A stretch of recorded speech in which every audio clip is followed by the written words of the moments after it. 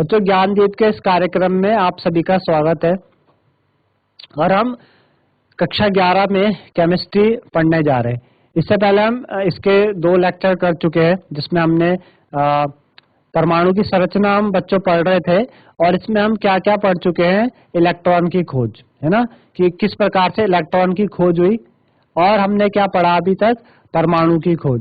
जो आपके पास प्रोटॉन है, प्रोटॉन किस प्रकार से उनकी खोज हुई, न्यूट्रॉन की। और हमने क्या पढ़ा था, ये सब होने के बाद जब सब एटॉमिक पार्टिकल डिस्कवर हो गया एटम के, बोला गया कि एटम इंडिविजिबल है, लेकिन बाद में डिस्कवरी से पता चला कि नहीं, एटम इंडिविजिबल नहीं है। एटम के अंदर भी कुछ सब एटॉमिक पार्टिकल होते हैं, इलेक्ट्रॉन, प्रोटॉन, न्यूट्रॉन कहलाते हैं। उनके बारे में अभी तक हम पढ़ चुके हैं कि कैसे इलेक्ट्रॉन की डिस्कवरी है, कितना उनका मास होता है, कितना उनके ऊपर चार्ज होता है। प्रोटॉन के बारे में हमने पढ़ा था, है ना, और हमने न्यूट्रॉन के बारे में पढ़ा।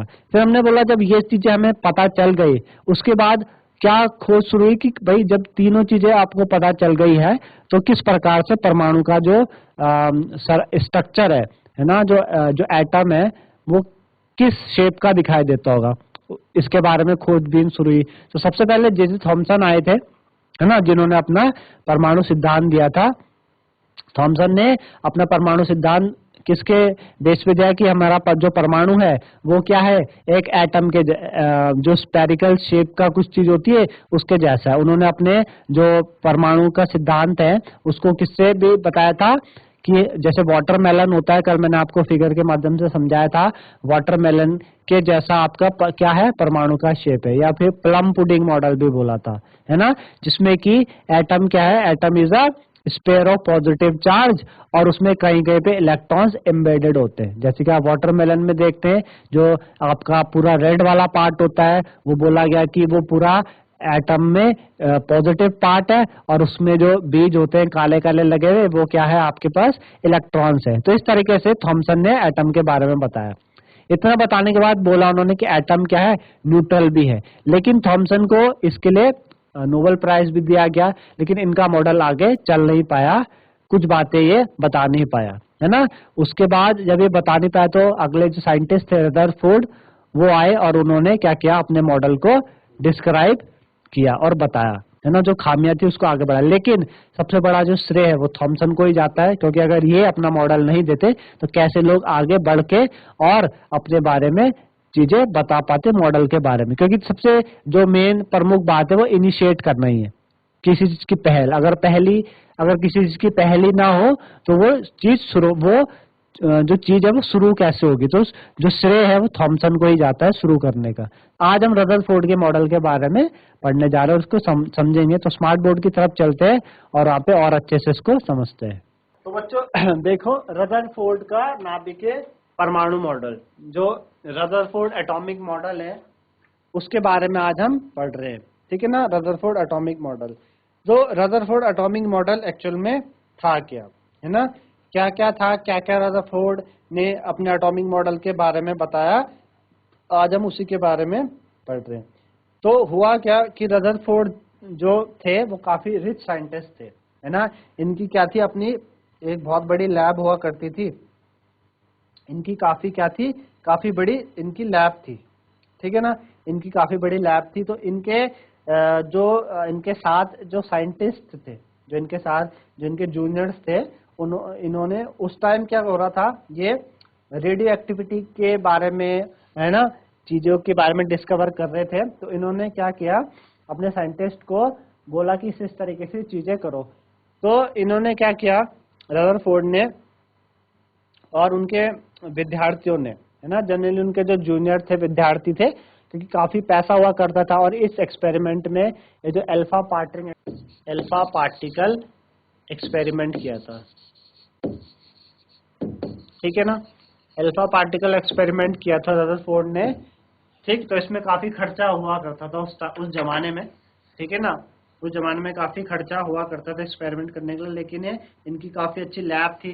तो इनके और इनके विद्यार्थियों ने, ठीक है ना, एक बहुत पतली सोने की पन्नी पर, यानी गोल्ड फाइल पर क्या किया, अल्फा कणों की बौछार की, है ना। तो रदरफोर्ड के प्रसिद्ध अल्फा कण यानी अल्फा पार्टिकल एक्सपेरिमेंट इन्होंने इस तरीके से किया। इन्होंने सोने की पतली पन्नी ली, कम से कम 100 nm मोटाई वाली, और सोने की पतली पन्नी की और क्या किया, और लक्ष्य करके रेडियो एक्टिव स्रोत से उच्च ऊर्जा वाले अल्फा किरणों को भेजा। और इस पतली के जो सोने की पतली पन्नी को घेरते हुए इन्होंने क्या किया, पीछे से एक वृत्ताकार शेप में क्या की, एक जिंक सल्फाइड की एक बड़ी सी स्क्रीन रख दी, ठीक है ना, कि कोई जब भी अल्फा कण उस स्क्रीन से टकराता था तो उसमें फ्लैश उत्पन्न होती थी, है ना, लाइट चमकती थी, जिससे कुछ अंदाजा लगाया जाता था। तो इन्होंने इस तरीके से क्या किया, इस तरीके से इन्होंने इस तरीके से अपना जो परमाणु मॉडल था, ठीक है ना, इस तरीके से सेटअप किया। ये आपके पास है, इस तरीके से आप देख पा रहे होंगे, ये जो आपको ग्रीन कलर की ऐसे वृत्ताकार शेप में इन्होंने पीछे से गोल्ड फॉइल लगा रखी है। यहाँ से ये है अल्फा पार्टिकल की बॉम्बार्डमेंट करा रही है, अल्फा पार्टिकल बॉम्बार्डमेंट हो रहा है। ये आपके पास गोल्ड फॉइल है, इस तरीके से गोल्ड फॉइल है, बहुत पतली गोल्ड फॉइल होती है ना, पतली गोल्ड। जब बोला गया कि जो एटम है, एटम क्या है, पदार्थ का सबसे छोटा कण है, और कण, उस कण में भी 3 सब एटॉमिक पार्टिकल है, इलेक्ट्रॉन प्रोटॉन न्यूट्रॉन, यानी हर चीज में क्या एटम है, तो यानी गोल्ड फॉइल में भी एटम होगा। अगर यहाँ से कुछ साबित होता है तो यानी एटम पे ही डिस्कवरी हो रही है ना। तो इन्होंने क्या किया था, इन्होंने इस तरीके से इन्होंने क्या की, अपना alpha particle scattering experiment setup किया, है ना। अल्फा पार्टिकल इस तरीके से आप देख पा रहे होंगे अपने फिगर में, इस तरीके से इनका क्या था, सेटअप था, है ना। इस तरीके से आपके पास वृत्ताकार में आपके पास फॉइल वो हो गई फ्लोरोसेंट स्क्रीन, इधर से अल्फा पार्टिकल की बॉम्बार्डिंग हो रही है, और पीछे इस तरीके से फॉइल लगी हुई, आगे गोल्ड की फॉइल लगी हुई है। तो इन्होंने सोचा कि जो जब अल्फा पार्टिकल की मैं बॉम्बार्डमेंट कराऊंगा, है ना, तो होगा क्या कि थॉमसन के जो परमाणु मॉडल के अनुसार पत्ती में क्या होते हैं, सोने के प्रत्येक परमाणु का द्रव्यमान पूरे परमाणु पर एक समान रूप से बटा हुआ होना चाहिए। यानी जो एटम है वो थॉमसन ने बोला था is a sphere of positively charge, वो पॉजिटिवली चार्ज है। अब जब अल्फा पार्टिकल भी पॉजिटिवली चार्ज होंगे, है ना, अल्फा पार्टिकल भी तो क्या होते हैं, पॉजिटिवली चार्ज होते हैं। अल्फा कणों में भी ऊर्जा इतनी अधिक होती है कि जो उनके वह द्रव्यमान के एक समान वितरण को भी सीधे पार कर जाएंगे, है ना। अल्फा पार्टिकल, उन्होंने सोचा कि जो अल्फा पार्टिकल है वो सीधे गोल्ड फाइल को टकरा के चले जाएंगे, या उनकी गति धीमी हो जाएगी, या उनकी दिशा बदल जाएगी। लेकिन उन्हें क्या देखने को मिला, है ना, उन्होंने कुछ अवलोकन किया, यहाँ से कुछ ऑब्जर्वेशन की इस अल्फा पार्टिकल स्कैटरिंग एक्सपेरिमेंट से, है ना। या आपने कक्षा 9 में भी अल्फा पार्टिकल एक्सपेरिमेंट रदरफोर्ड का नाभिक परमाणु मॉडल पढ़ा है, तो उसको कंसिडर करते हुए आपको मेरे ख्याल से और अच्छे से चीजें समझ में आनी चाहिए होंगी। तो अल्फा पार्टिकल होता है, अल्फा पार्टिकल एक्चुअल में है क्या, अल्फा पार्टिकल आपका एक हीलियम का जो एटम होता है उस जैसा होता है, जिसका जो मास है और जो उसके ऊपर चार्ज है वो उतना ही होता है ना। तो ये अल्फा पार्टिकल उस तरीके से, अल्फा पार्टिकल एक आपका रेडियो एक्टिव सब्सटेंस है। तो कुछ अवलोकन किए उन्होंने, है ना, अवलोकन किए कि अधिकांश अल्फा कण सोने की पत्ती से विक्षेपित हुए बिना निकल गए। जो अधिकांश यानी 99.9%, 99.9% जो अल्फा कण थे वो सोने की पत्ती से विक्षेपित हुए बिना ही निकल गए। यानी आप पीछे फिगर में देख पा रहे होंगे, ट्रांसमिटेड बीम लिटिल और नो डिफ्लेक्शन। जो ए वाला देखें आप, ये वाला ए वाला जो पार्ट है, ये ए वाला, इसमें आपने देखा यहाँ से गोल्ड फॉइल्स, ये अल्फा पार्टिकल आए, इस गोल्ड फॉइल से टकरा के सीधा चले गए। 99.9% कोई भी डिफ्लेक्शन हुआ, ये बहुत कम डिफ्लेक्शन हुआ। तो अधिकांश हुआ क्या, अधिकांश अल्फा कण सोने की पत्ती से विक्षेपित हुए बिना ही निकल गए। बहुत कम अल्फा कण छोटे कणों से विक्षेपित हुए। बहुत ऐसे कम अल्फा कण थे जो स्मॉल एंगल बनाते हुए डिफ्लेक्ट हुए, स्मॉल एंगल बनाते हुए क्या हुए, डिफ्लेक्ट हुए। देख पा रहे होंगे आप यहाँ पे जो ये बी वाली जो पीछे स्क्रीन लगा रखी है, इसमें क्या हुआ, पार्टिकल आए, अल्फा पार्टिकल आए और स्मॉल एंगल बना के वो डिफ्लेक्ट हो गए। देख पा रहे होंगे आप, स्कैटर्ड बीम, स्मॉल डिफ्लेक्शन, बहुत कम डिफ्लेक्शन हुआ। गए और कम डिफ्लेक्शन से चले गए। आप इस वाले फिगर में भी देख पा रहे होंगे, यहाँ पर ए वाले में आप देख पा रहे हैं कि जैसे एटम आए सीधा बिना डिफ्लेक्ट होकर चले गए। इधर बी वाले में देख रहे होंगे आप, ये अल्फा पार्टिकल आए और यहाँ पे स्मॉल एंगल बनाते हुए बी की तरफ चले गए।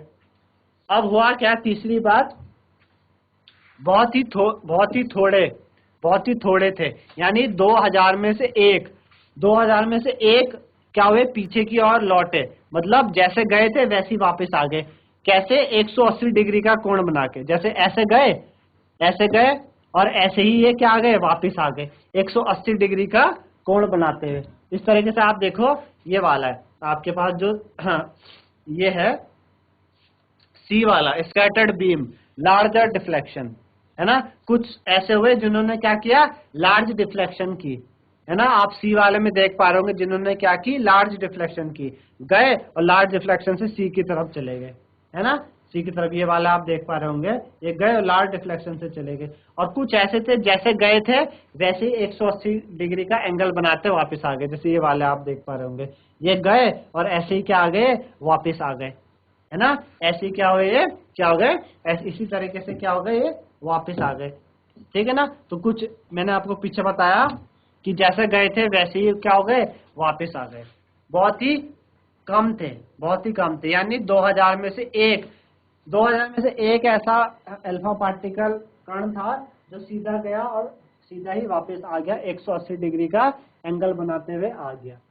तो इन सब बातों से जब इन्होंने अवलोकन किया, ऑब्जर्वेशन किया, तो रदरफोर्ड ने अपना मॉडल क्या किया, प्रस्तुत किया।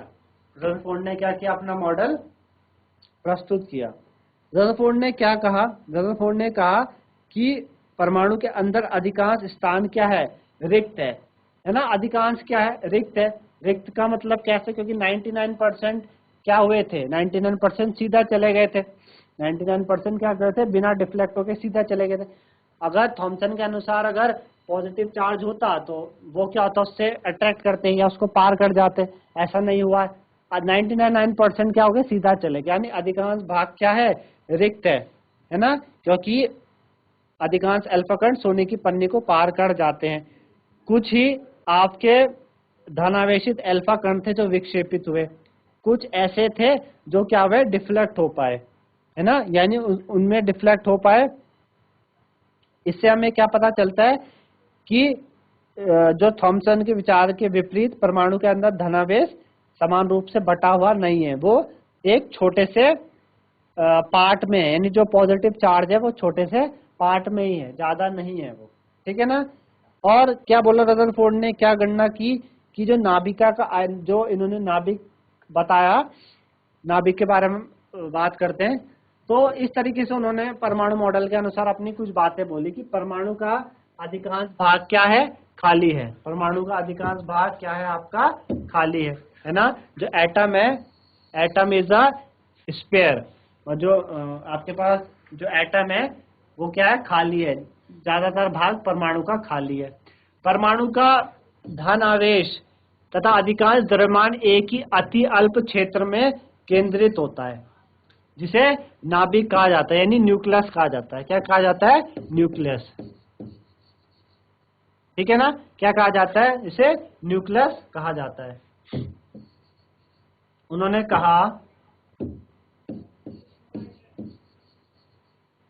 क्या कहा, परमाणु का धन आवेश और अधिकांश द्रव्यमान एक छोटी सी जगह में केंद्रित होता है। एटम के अंदर परमाणु का जो पॉजिटिव पार्ट है और जो अधिकांश उसका जो द्रव्यमान है वो एक छोटे से पार्ट में केंद्रित है, जिन्होंने क्या नाम दिया, नाभिक नाम दिया, यानी न्यूक्लियस नाम दिया उसको। क्या नाम दिया, न्यूक्लियस नाम दिया, नाभिक नाम दिया। बोला तीसरी बात, नाभिक के चारों ओर इलेक्ट्रॉन वृत्ताकार पाथ पर, जिन्हें कक्ष कहा जाता है, यानी ऑर्बिट कहा जाता है, उस पे क्या करते हैं, रिवॉल्व करते हैं। जो इलेक्ट्रॉन है, इलेक्ट्रॉन क्या करते हैं, नाभिक के चारों ओर क्या कर रहे हैं, रिवॉल्व कर रहे हैं, घूम रहे हैं।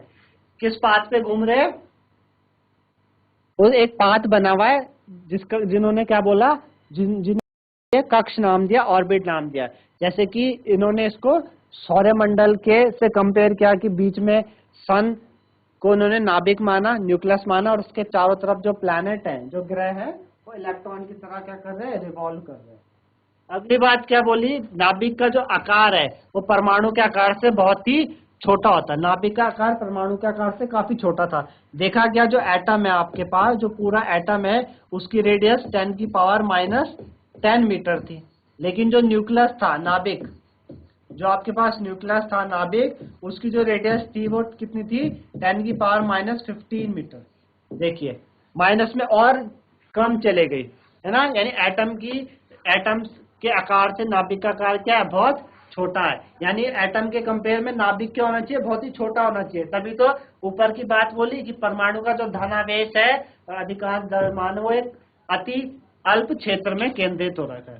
फिर बोला प्रोटॉन और इलेक्ट्रॉन की संख्या बराबर होती है। इन जो नंबर ऑफ प्रोटॉन होते हैं वो नंबर ऑफ इलेक्ट्रॉन के बराबर होते हैं। जैसे कि हमने पीछे भी पढ़ा था कि जो प्रोटॉन और इलेक्ट्रॉन है उनके बीच दोनों बराबर है, लेकिन उनके बीच में क्या चार्ज का होता है, एक पॉजिटिव चार्ज है एक नेगेटिव चार्ज है। तो इस प्रकार से थॉमसन ने अपना परमाणु मॉडल क्या किया था, थॉमसन ने इस प्रकार से अपना परमाणु मॉडल दर्शाया था। ठीक है ना, इस प्रकार से क्या हुआ था, थॉमसन ने अपना परमाणु मॉडल रदरफोर्ड ने अपना परमाणु मॉडल बताया था। तो इस तरीके से देख पाओ कि इस तरीके से आपके पास एटम होता है, बीच में इतने छोटे से पार्ट में क्या है, न्यूक्लियस है।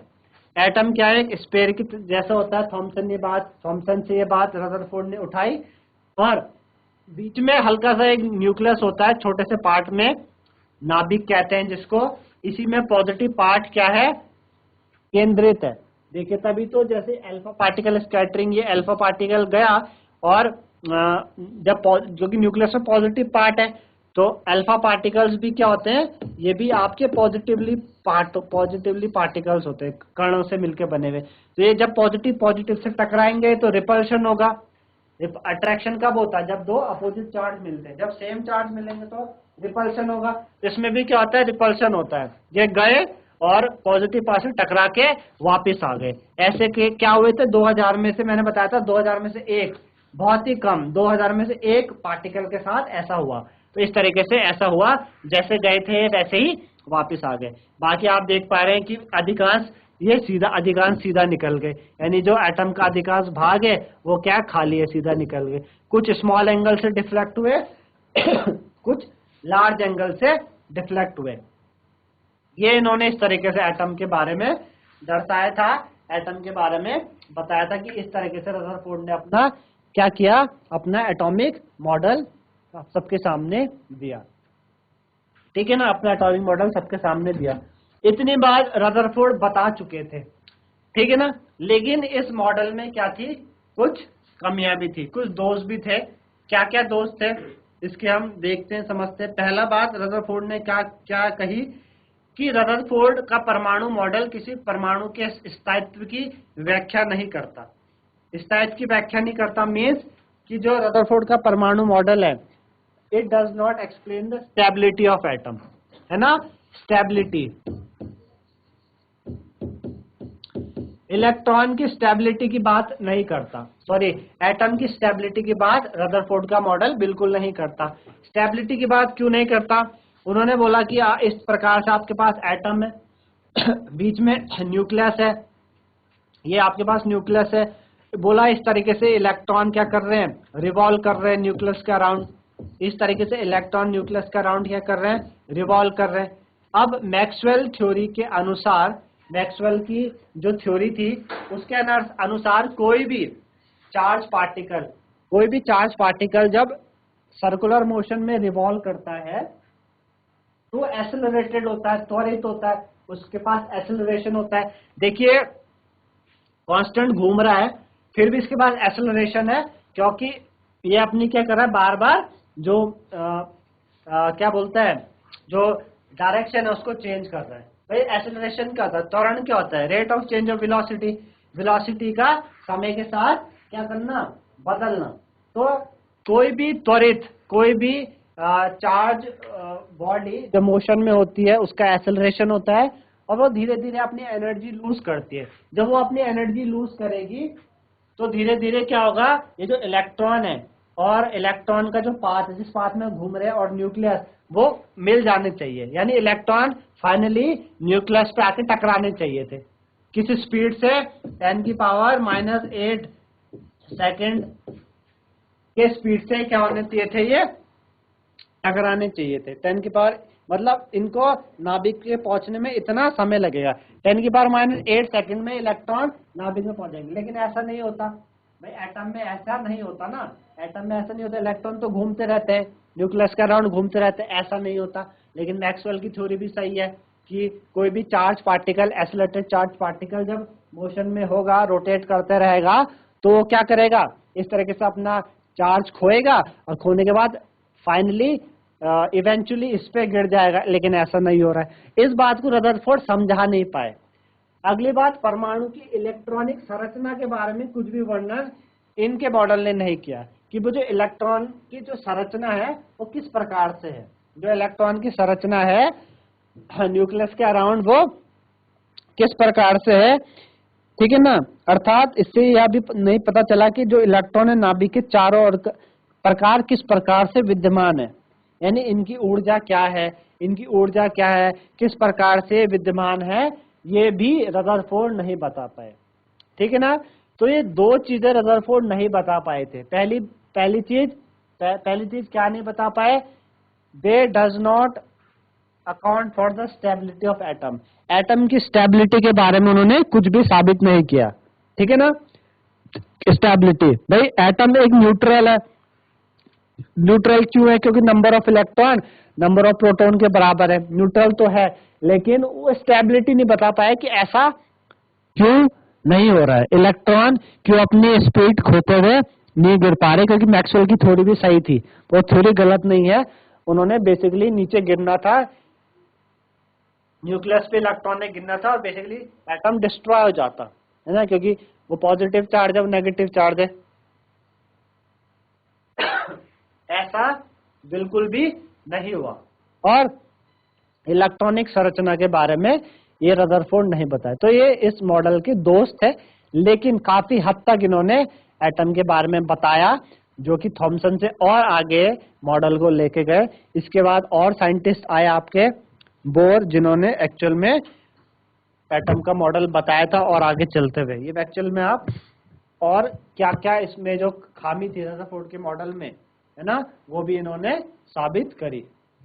तो इस प्रकार से रदरफोर्ड का जो मॉडल था वो इस प्रकार से उसके कुछ दोस्त थे। जिस दोस्त को पूरा करने के लिए आगे आपके पास बोर आए, बोर एटॉमिक मॉडल। उन्होंने बताया कि क्यों इस प्रकार से जो इलेक्ट्रॉन है ना, वो अपनी एनर्जी लूज करके एटम में, न्यूक्लियस में नहीं मिल जाते, क्यों नहीं मिलते, ये रदरफोर्ड ने बोर एटॉमिक मॉडल ने दर्शाया था। तो जो बोर का एटॉमिक मॉडल था वो आपने पढ़ना है, प्रीवियस जो आपने क्लासेस में थोड़ा ही पढ़ा था, उससे थोड़ा सा और डिटेल में आपको बोर एटॉमिक मॉडल दे रखा है 11th में। और इसके बाद फिर यहाँ से ही एटम की एक संरचना पूरी की पूरी आगे बोर के मॉडल के बाद बदल जाती है ना। आई होप सभी को इतना समझ में आया होगा कि आपने क्या पढ़ा। इसी से आगे हम अगले लेक्चर में लेके जाएंगे। मेरे ख्याल से आप लोगों को सभी को समझ में आ रहा होगा। आप पढ़ते रहिए और घर में, तभी आप इसको और अच्छे से समझ पाएंगे, है ना। तो धन्यवाद। इसको मैं यहीं पे इसको खत्म करता हूँ। धन्यवाद।